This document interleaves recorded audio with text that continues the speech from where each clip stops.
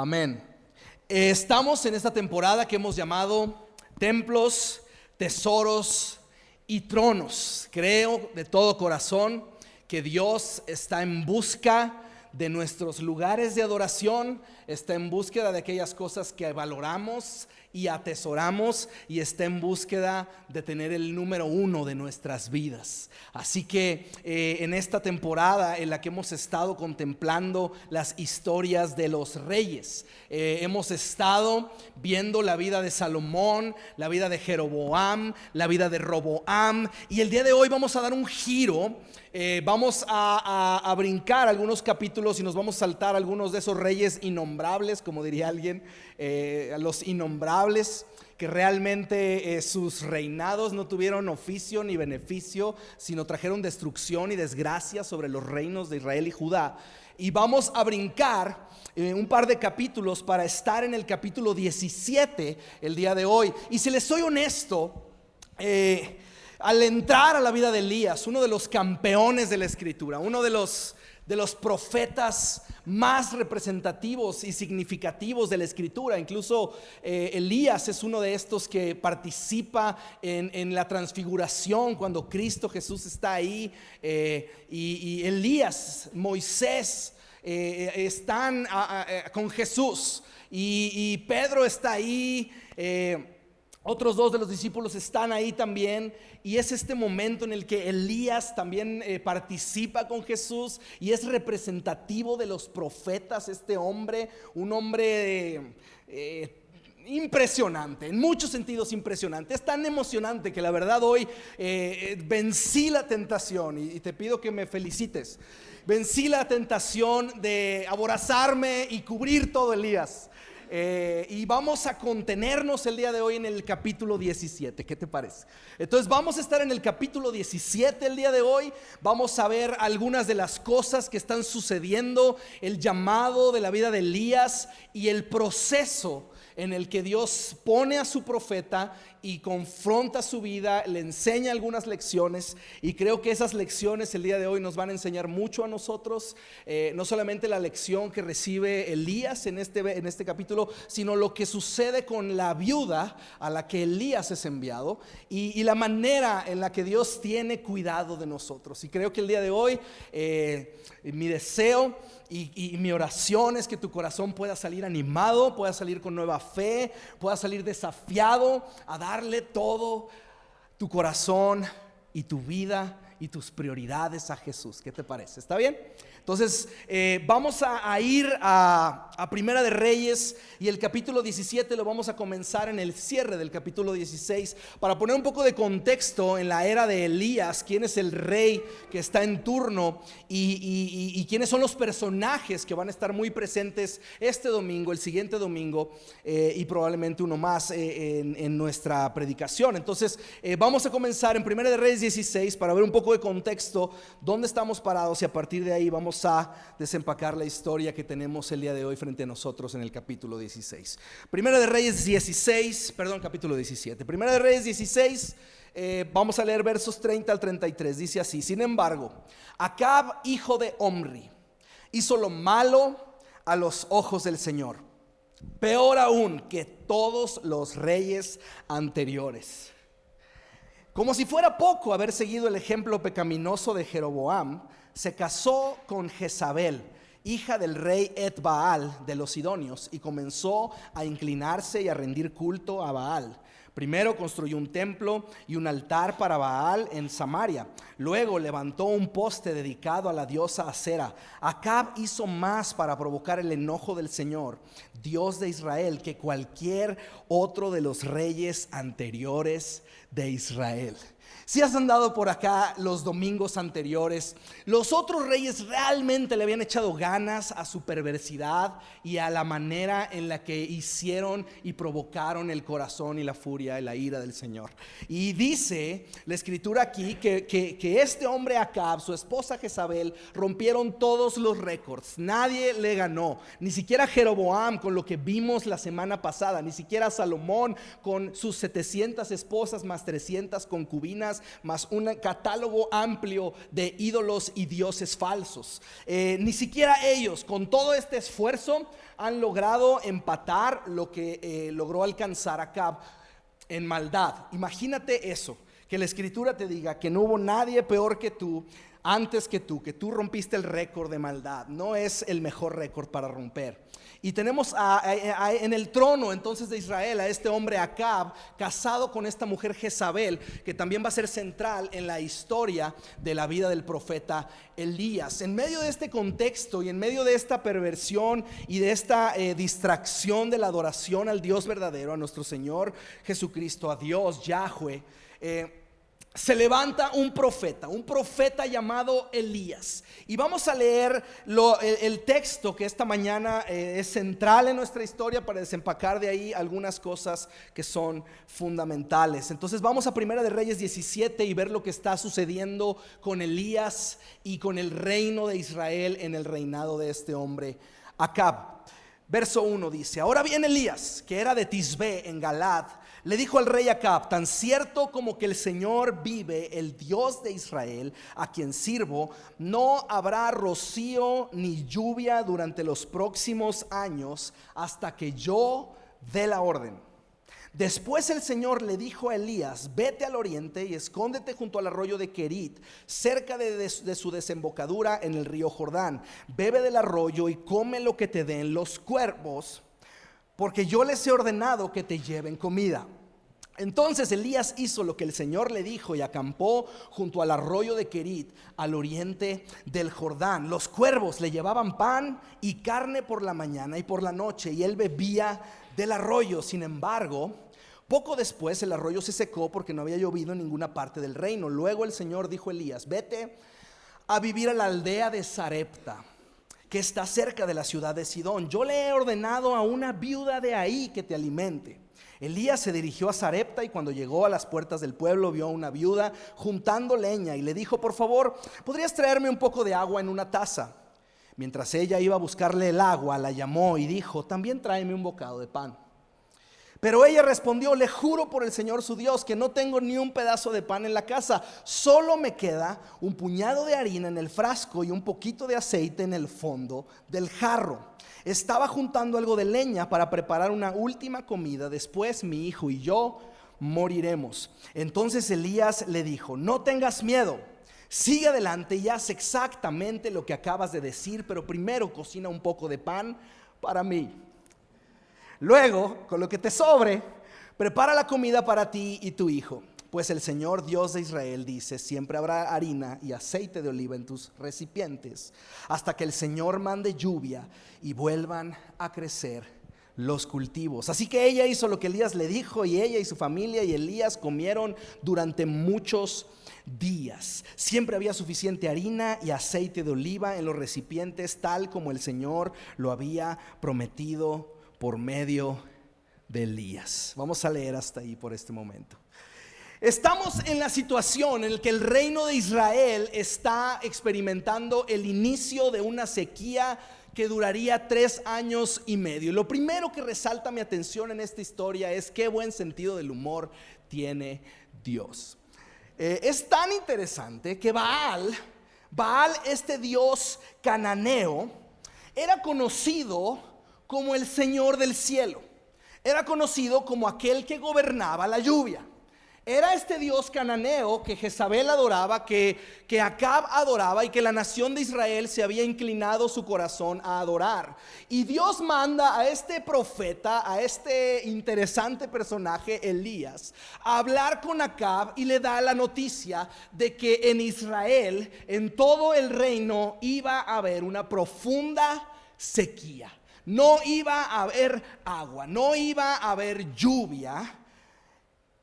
Y si no llovía, definitivamente, si te puedes imaginar, era una profunda vergüenza y un profundo ridículo para los sacerdotes de Baal y para Baal mismo.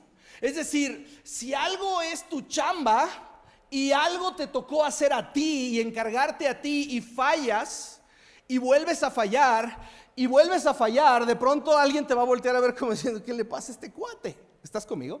Es decir, imagínate la vergüenza a la que estaba expuesto nuestro falso dios Baal, que aparece en esta historia, este dios cananeo que en otros contextos de la historia precisamente ha sido visto o adorado como Zeus entre los griegos y como Júpiter en el Imperio Romano. Es este mismo dios Baal, este dios de la lluvia, este supuesto dios del cielo. Y Dios manda a su profeta a avisarle a Acab que el reino experimentaría una sequía que se prolongaría durante 3 años y medio. Así que aquí tenemos a Baal puesto en ridículo, sin poder hacer llover una sola gota de agua.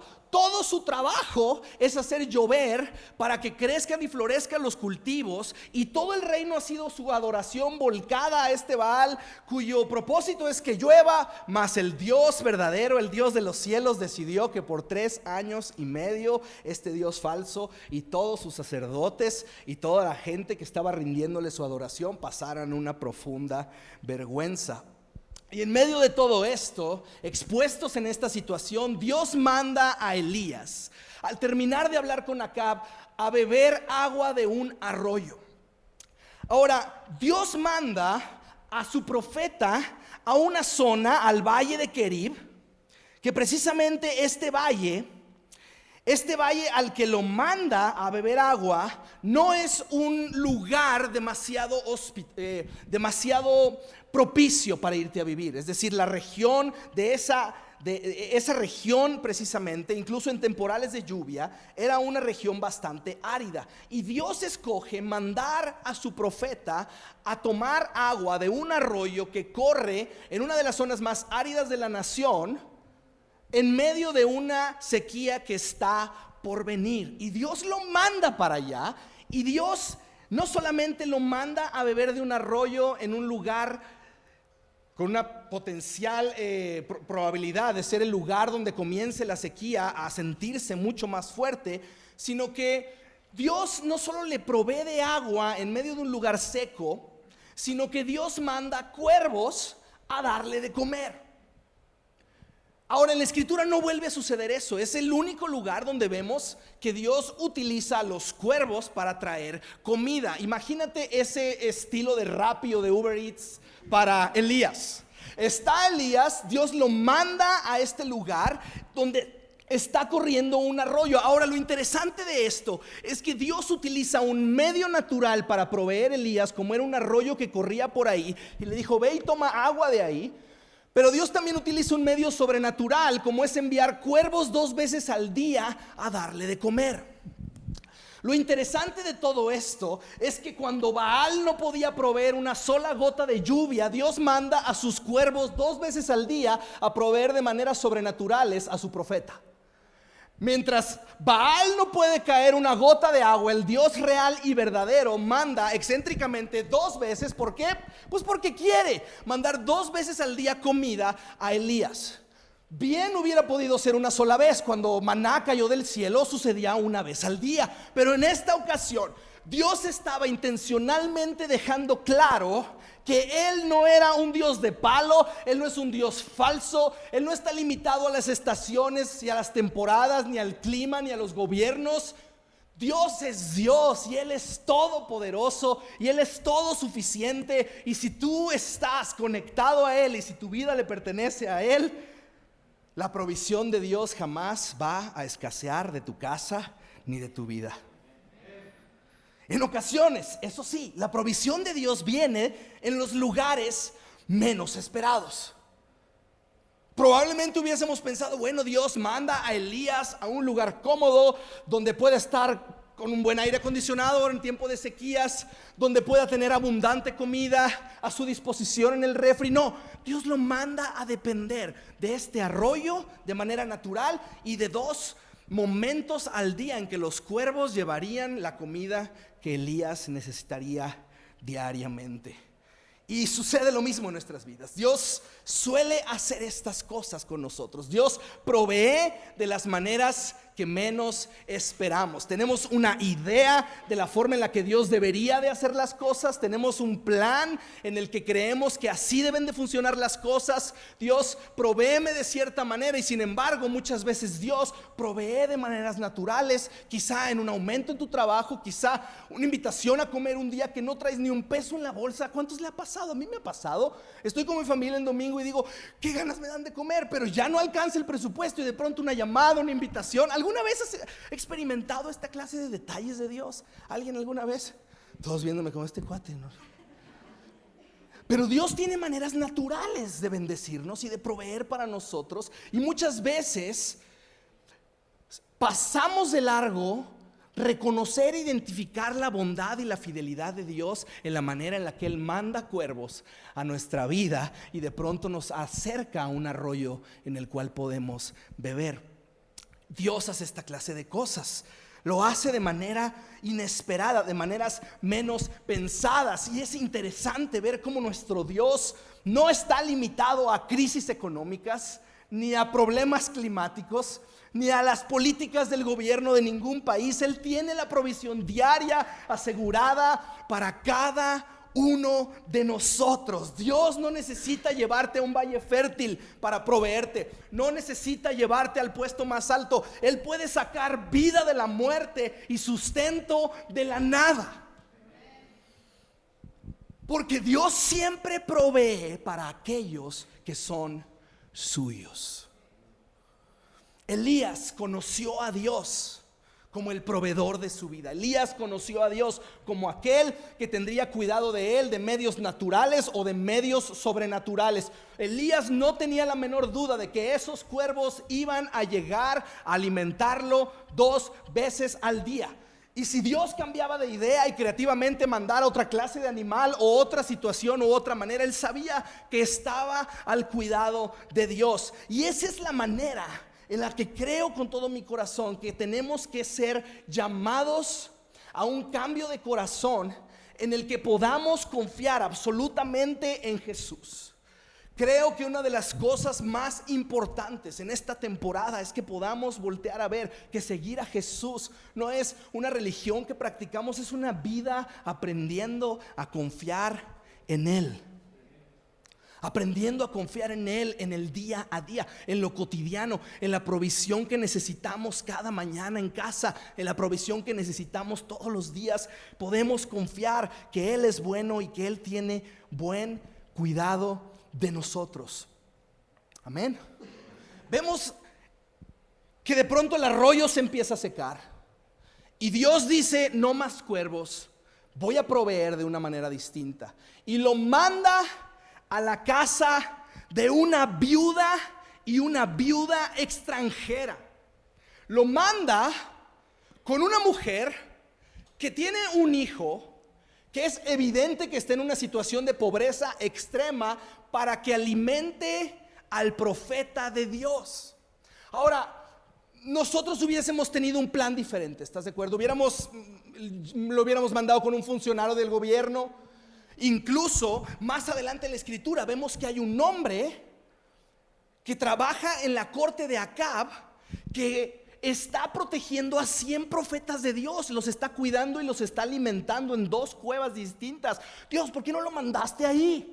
¿Por qué no lo mandaste con este funcionario del gobierno? Más adelante vamos a ver que este hombre está ahí y es un hombre temeroso de Dios y que está protegiendo a algunos de los profetas de Dios en medio de una tierra que está adorando a un Dios falso. Pero Dios, en sus planes, tenía que Elías tuviese un encuentro con esta mujer viuda. Y así es la gracia de Dios.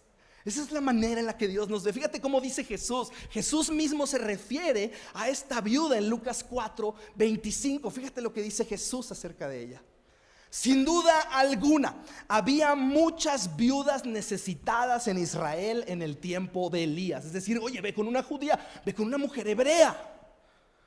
Cuando los cielos se cerraron por 3 años y medio y un hambre terrible devastó la tierra. Y sin embargo, escucha esto, Elías no fue enviado a ninguna de ellas. En cambio lo enviaron a una extranjera, a una viuda de Sarepta en la tierra de Sidón. También había muchos leprosos en Israel en el tiempo de Eliseo, pero el único que fue sanado fue Naamán, un sirio. Un sirio. Y es interesante ver cómo la gracia de Dios siempre llega a las personas y a los lugares menos esperados. La gracia de Dios siempre va en dirección de aquellos que se sienten invisibles y descalificados. La mujer ya tenía en su agenda hornear lo último que le quedaba para después morirse, pero Dios tenía en sus planes enviar a su profeta con una promesa en su mano para cambiar su destino y darle vida y darle esperanza, porque Dios es este Dios tan bueno que cuando sientes que eres invisible, cuando sientes que Dios cuida a todos menos a ti, cuando sientes que otros son mucho más merecedores, su gracia te alcanza, su misericordia te encuentra, y es Él en su bondadosa e ilimitada provisión el que te acerca y te provee en los días de mayor sequía de tu vida. Por eso decimos que la gracia es un auténtico escándalo. Por eso decimos que la gracia de Dios es escandalosa, porque Dios está fijándose en una viuda siria. Dios está fijándose en una viuda de Sarepta, en una viuda pobre que es extranjera, no pertenece a la nación de Israel, y Dios voltea a verla y Dios envía a su encuentro a Elías. ¿No se parece eso digno de contemplar aún la gracia de Dios desde el Antiguo Testamento? ¿A alguien? Qué hermoso es ver cómo Dios te ve. Cuando parece que estás en el anonimato, cuando parece que estás lejos, cuando pareces ser demasiado pequeño, Dios encuentra las maneras para recordarte que Él te está viendo. Cuando te sientes más angustiado, más lejos, más perdido, de pronto encuentras a un Dios que está en búsqueda de ti. Y aquellos que el mundo ignora y menosprecia, Dios ve y Dios escucha. Por esto, esta preciosa frase y esta gran verdad que Tim Keller dice acerca de la gracia de Dios, que somos más pecaminosos e imperfectos de lo que alguna vez nos atrevimos a creer, pero más amados y aceptados en Jesús de lo que jamás nos atrevimos a esperar.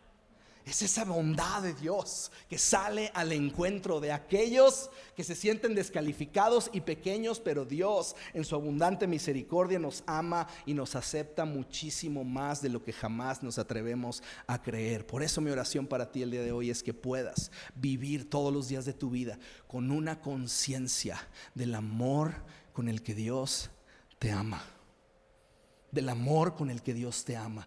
El día de hoy me encantaría que pudieras irte de aquí recordando que Dios tiene cuidado de ti, que no tienes que estar ansioso, que no tienes que estar temeroso. Si las situaciones en el trabajo se están complicando, si las situaciones en la economía están afectando tu negocio, si los problemas están rodeándote, tú tienes un Dios que si el arroyo se agota te enviará con una viuda, que si la viuda deja de tener harina te va a abastecer de otras maneras y de otras formas, porque Dios es el mismo y Dios es el dueño del ganado y del oro en 1000 montes.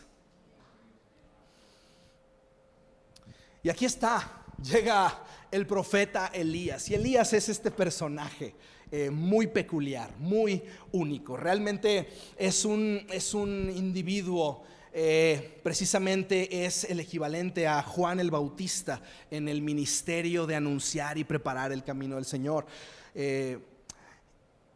Y está Elías y es enviado, y es muy probable que realmente no le preocupa demasiado cómo se ve. Si estás viviendo en medio de la sequía al lado de un arroyo alimentado por cuervos, no creo que haya sido la persona más aseada ni así de la mejor apariencia. Era un tipo rústico, un tipo así de la jungla, ¿no? Imagínatelo así, mal encarado de vez en cuando, descarado en su forma de hablar. Lo vemos en una y otra vez cuando llama a Eliseo y le avienta su manto, y vamos a ir para allá después, la siguiente semana quizá. Pero Eliseo le dice: oye, ¿puedo regresar a despedirme? Pues haz lo que quieras. A mí me da igual. Si me explico, es esa clase de persona Elías. Y aquí está, viene con la viuda, verso 13. Fíjate lo que le dice Elías a esta mujer. Esta mujer está verdaderamente sufriendo, está verdaderamente preparada para morirse. Y no solamente ella, sino su hijo está por morir. Seguramente están en desnutridos, seguramente están comiendo, imagínate, están comiéndose el último recurso. ¿Cómo estaría tu corazón de angustiado si estuvieras por comerte tu última provisión para después dejarte morir, puesto que no hay nada más alrededor? No hay agua prácticamente, no hay comida, no está creciendo nada de la tierra. Baal no ha podido hacer llover. Imagínate la situación de la nación, la desesperación. Y en medio de todo eso, el verso 13 dice: Elías le dijo: no tengas miedo. ¿Cuántos creen que es una palabra oportuna en medio de la angustia cuando escuchas la voz en tu interior? Dice Dios: no tengas miedo. Ahora fíjate el descaro. Sigue adelante. Haz exactamente lo que acabas de decir. Nada más me cocinas a mí primero. Ahora, ¿cuántas mamás se les haría correcto tener un invitado que no invitaste y que te pida que le des de comer en vez de darle de comer a tu hijo? ¿A alguien se le haría agradable esta clase de conversación? Imagínate esta mujer escuchar esto. Y Elías le dice: ok, está muy bien, después preparas y te dejas morir, pero antes me preparas a mí de comer. Y escucha lo que dice la segunda parte del verso. Dice: luego con lo que te sobre, prepara la comida para ti y para tu hijo. Con lo que te sobre, prepara la comida para ti y para tu hijo. ¿No estás oyendo, Elías? Queda una nada para hacernos un sandwichito y partirlo y compartirlo y despedirnos de este mundo. Y quieres tú que te hagamos de comer a ti, y con lo que sobre, ¿qué va a sobrar? Y Elías está pidiéndole a esta mujer: dame todo tu sustento, el tuyo y el de tu hijo. Léase de otra manera, le está diciendo: dame todo en lo que confías y todo lo que te da seguridad, porque antes de enviarte la provisión, Dios está a la espera de un paso de fe. Déjame decirlo de esta manera. Vemos el siguiente verso, verso 14. Verso 14 dice: el Señor Dios de Israel te dice: siempre habrá harina y aceite de oliva en tus recipientes hasta que el Señor mande lluvia y vuelvan a crecer los cultivos. Vuelvan a crecer los cultivos. Elías llega con una promesa de Dios, pero le dice: antes me tienes que entregar todo tu sustento. Me tienes que entregar todo tu sustento. Porque déjame decirlo de esta manera: los pasos de fe hacen espacio para Dios en mi vida. Una vida sin riesgos es una vida sin milagros. Una vida que no invita a Dios en el misterio de dar pasos de obediencia nunca ve la provisión sobrenatural de Dios llegar.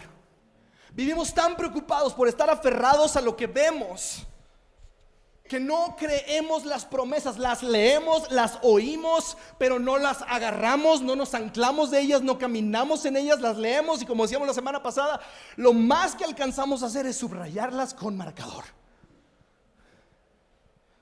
Pero los pasos de fe tienen esta capacidad de hacerle espacio a Dios en mi vida. ¿No te has preguntado por qué Dios trata de esta manera con esta viuda? Es un tanto duro. ¿Cómo le estás pidiendo todo, Dios? Ahora es interesante que Dios trata así con esta viuda, porque está más interesado en ella que solucionar la crisis alrededor de ella. Y muchas veces somos así. Decimos: Dios, bendíceme y entonces te bendeciré.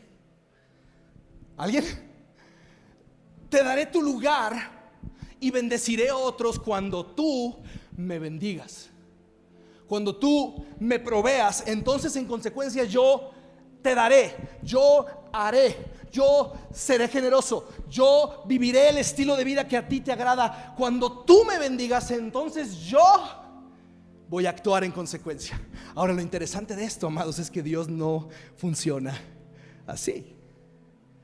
Dios no funciona así. Arregla mi matrimonio y entonces Dios. Dame el trabajo que estoy buscando y entonces Dios. Sáname y entonces. Y Dios dice, no, yo estoy más interesado en tener tu corazón que en resolver tu situación. Estoy más interesado en ser el dueño de todo lo que tú tienes que en resolver los asuntos que te apuran y te preocupan a ti. Yo soy el dueño de todo. Tengo provisión ilimitada. Tengo todo lo que tú necesitas. Soy todo lo que tú necesitas. Pero mientras tu corazón esté agarrado de todas las cosas que crees que te dan seguridad, no te vas a dar cuenta que soy absolutamente lo único que importa y que vale la pena en tu vida. Porque Dios está más interesado en mi corazón que en resolver mi situación. Si quieres ver, escucha esto, a Dios moverse en lo sobrenatural, tienes primero que confiarle en lo natural. Primero me invita a arreglar la escala de prioridades de mi corazón y espera que le ofrezca, escucha esto, con mis acciones, no con mis palabras, el trono de mi corazón, porque Él quiere ser el tesoro de mi vida. Él quiere ser el tesoro de mi vida. Por eso me lleva, me invita. ¿Estarás dispuesto a dar este paso de fe? ¿Estarás dispuesto a darme espacio en tu vida al creer? ¿Estás dispuesto a soltar el control para que yo te pueda llenar de confianza? ¿Estás dispuesto? Pero ¿sabes qué? Esto requiere mis acciones. Lo primero que Dios está esperando son mis acciones, porque precisamente adoración, amados, ¿estamos conmigo? Adoración no es lo que digo, no es lo que canto, adoración es lo que hago. Por eso Jesús les dice en Lucas 6:46, ¿por qué me dicen Señor, Señor, Señor, Señor todo el día, Señor, y no haces lo que yo te digo? Porque adoración implica acción, implica rendición, implica entrega, implica confianza, implica soltar el control, creyendo que Él es mi proveedor en los días de sequía, en los días de crisis. Él puede mandar cuervos, Él puede hacer lo irracional, Él puede hacer lo sobrenatural, Él puede hacer caminos en el desierto, ríos en los lugares áridos. Es esa clase de Dios que le gusta jugar con el marcador en desventaja, le gusta ir 4-0 en el minuto 80 y preguntarte, ¿crees que puedo yo ganar esta batalla? ¿Crees que puedo remontar un 4-0? A Dios le encanta jugar con el marcador en contra. A Dios le encantan las tinajas vacías. A Dios le encanta esperarte del otro lado de tu fe. Por eso Dios, por la boca del profeta, le dice, oye, está bien tu plan, nada más dame a mí lo primero, dame a mí lo mejor, dame a mí lo primero. Y conocemos en Proverbios 3 la ley de los primeros frutos. Dice, honra al Señor con tus riquezas, con los primeros frutos de tus cosechas. Así tus graneros se llenarán a reventar, tus bodegas rebosarán de vino nuevo. Y entendemos el concepto en la generosidad. Espero que lo entendamos. Yo quisiera preguntarte, ¿cómo se vería tu vida si también le dieras a Dios lo primero y lo mejor de tu tiempo? De este Dios. Este Dios. Está bonito mi reloj. ¿Cómo se vería tu vida si le dieras también a Dios el primer día de tu semana, la primera hora de tus días? ¿Cómo se vería tu vida? Cuando decimos, Dios, tú vas a ser dueño de lo primero y de lo mejor. Porque cuando hacemos estas acciones, no las decimos. Es muy romántico cantarlas o declararlas en el contexto de una reunión dominical. Pero cuando el martes estoy ahí y vivo de esta manera, le estoy diciendo a Dios, mi confianza está en ti y no en las cosas, Señor, no en mi agenda. Suelto el control para vivir en confianza, creyendo que si vivo a tu manera, la vida funciona mejor. Quiere decir que cuando Dios dice, oye, dame lo primero y lo mejor de todo lo que haces en tu vida, Quiere decir que estoy confiando en Él. De esta manera confiaré que cuando honre el día del Señor, Dios va a bendecir mi productividad y renovará mis fuerzas. Quiere decir que cuando me levante temprano a buscarlo, en vez de sentir temor por estar cansado y dormir menos, estaré renovado y lleno de energía. ¿No hizo eso Daniel cuando dijo: no voy a comer la comida del rey, voy a comer estas verduras y estas ensaladas? Y dice que el rostro de Daniel era mucho más rozagante y espléndido que el resto de los jóvenes del reino. Que cuando aparto mi diezmo y mi ofrenda al Señor, veré a Dios hacer milagros en mi economía, porque Dios me está esperando del otro lado de mi rendición. Que cuando sea generoso con los pobres, Dios tomará eso como un préstamo personal para Él. Y déjame decirlo algo: Dios nunca se queda con nada, sino que todo lo devuelve multiplicado. Dios siempre te está esperando del otro lado de tu fe. Por eso la Escritura dice: sin fe es imposible agradar a Dios, porque Él es el recompensador de aquellos que le buscan. Verso 15 dice: hizo ella lo que Elías le dijo. Y verso 16 dice: siempre había suficiente, tal como el Señor lo había prometido. Porque si Dios lo dice, Dios lo cumple. Si Dios lo dice, Dios lo cumple. Siempre había suficiente, tal como el Señor lo había prometido. Dios, y la belleza de esto es que vemos a una viuda luchar contra todo su sustento, toda su economía, luchar y ser desafiada en su fe. Porque déjame decirte algo: Dios no te prometió una vida fácil. Dios te prometió un yugo fácil en la vida. Jesús mismo dijo: vengan a mí todos los que están cansados y llevan cargas pesadas.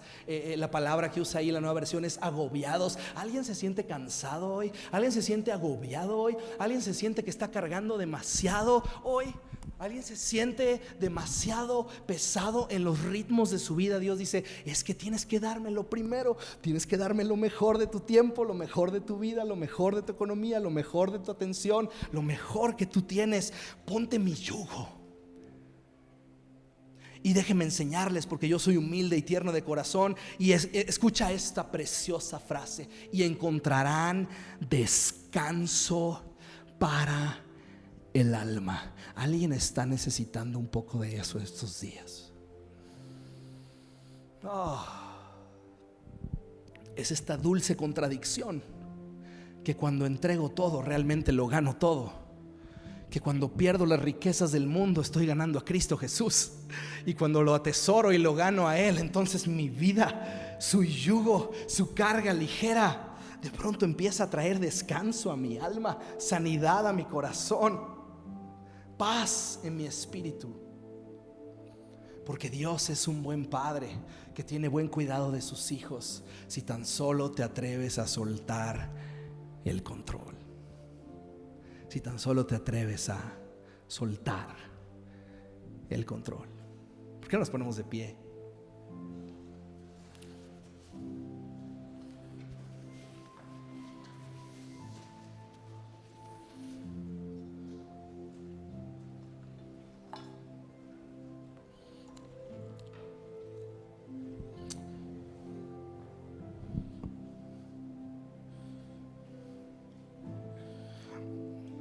Tiempo después, el hijo de la mujer se enferma y se muere.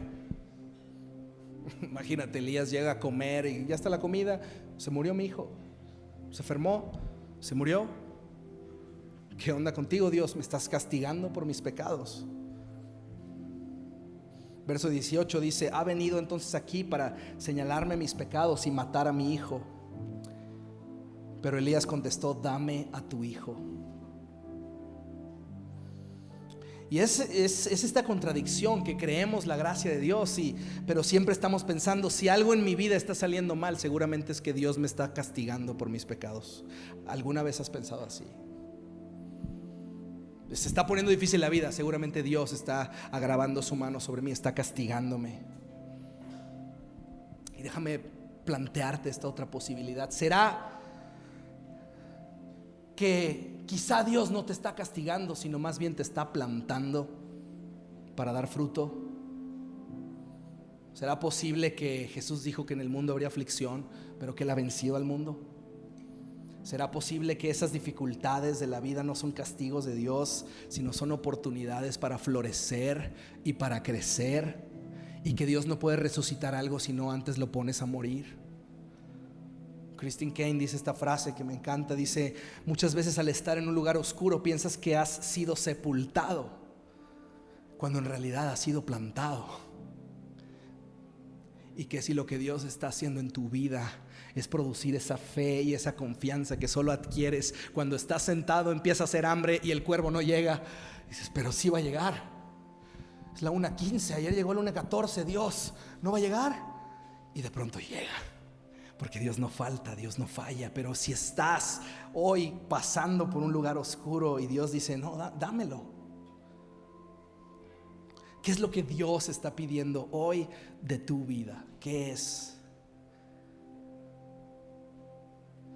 Muchas veces quizá Dios está tomando algo, pero yo no lo estoy soltando. Estoy contendiendo con Dios. Y quizá es tiempo de soltar, familia. Quizá es tiempo de, aunque yo no pueda ver lo que Dios está haciendo, decido confiar en su proceso. Decido confiar que Él es bueno. Decido confiar que Él tiene cuidado de mí. Decido confiar que aunque no sepa de qué manera lo va a hacer, Dios siempre provee porque me ama. Amén. Vamos a orar. Vamos a orar.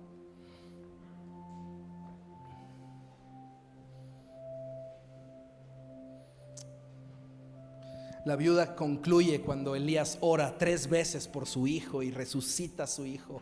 Dice: ahora estoy convencida que usted es un hombre de Dios y que de verdad el Señor habla por medio de usted.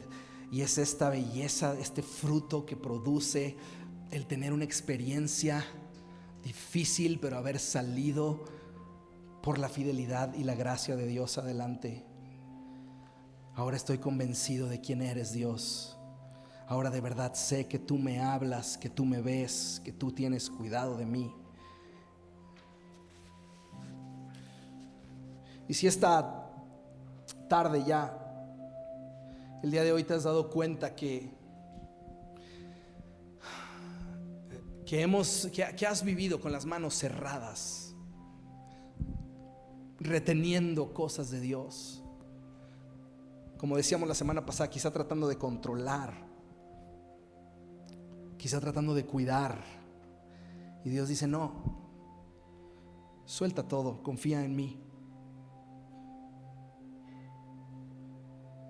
Y si el día de hoy el Señor te está llamando a una vida de rendición, quizá hay lugares de tu vida, quizá es el tiempo. En muchos sentidos, en mi vida, el reto, lo que Dios puso así, el dedo sobre mi corazón, era el tiempo. Vivimos preocupados por generar más, por hacer más, y Dios dice: no, confía más y yo me encargo. Y yo no sé cuál es el área de tu vida donde Dios te está diciendo: hey, no has entregado lo primero y lo mejor, y yo te estoy invitando, dame todo y pruébame, déjame mostrarte mi fidelidad. Si tú necesitas rendir algo a Dios, y la verdad, si no lo necesitas, me encantaría conocerte, preguntarte cómo le haces. Pero si tú quieres el día de hoy, sabes que tienes que rendir un área de tu vida a Dios, ¿por qué no? Simplemente ahí delante de Dios haces una oración. Yo quiero hacer una oración por nosotros. Si quieres, puedes levantar tus manos, rendirle a Dios algo de tu vida, puedes hacerlo ahí. Señor, aquí estamos delante de ti, tan necesitados de tu gracia, tan necesitados de tu ayuda. Leemos tus promesas como la viuda escuchó a Elías, pero a veces el proceso de soltar, de creer, de confiar, de ir más allá de mis fuerzas, en mi generosidad, en mi tiempo para ti, en mi tiempo para contemplarte, en mi fidelidad, Señor, en mi devoción a ti, en mi búsqueda de ti, se ha quedado corto, se ha quedado al revés. Te doy lo que me sobra y no mi sustento. Y el día de hoy quisiera, Señor, que hagas algo en mi corazón. Quiero creerte, quiero hacer espacio para lo sobrenatural. El día de hoy quiero creer y confiar en ti, en lo natural, en lo que puedo entregar, para abrir mis manos y esperar aquello que solamente tú puedes hacer. Como la viuda, el día de hoy quiero exponer mi vida, poner mi vida al límite, poner mi vida al final de mí mismo y confiar que tú vas a llegar en el momento oportuno a traer la provisión necesaria. No siempre como yo quiero, como yo creo, pero como tú mejor sabes que lo necesito. Señor, abrimos nuestra vida y nuestro corazón a ti. Te amamos y a ti nos entregamos el día de hoy. Amén.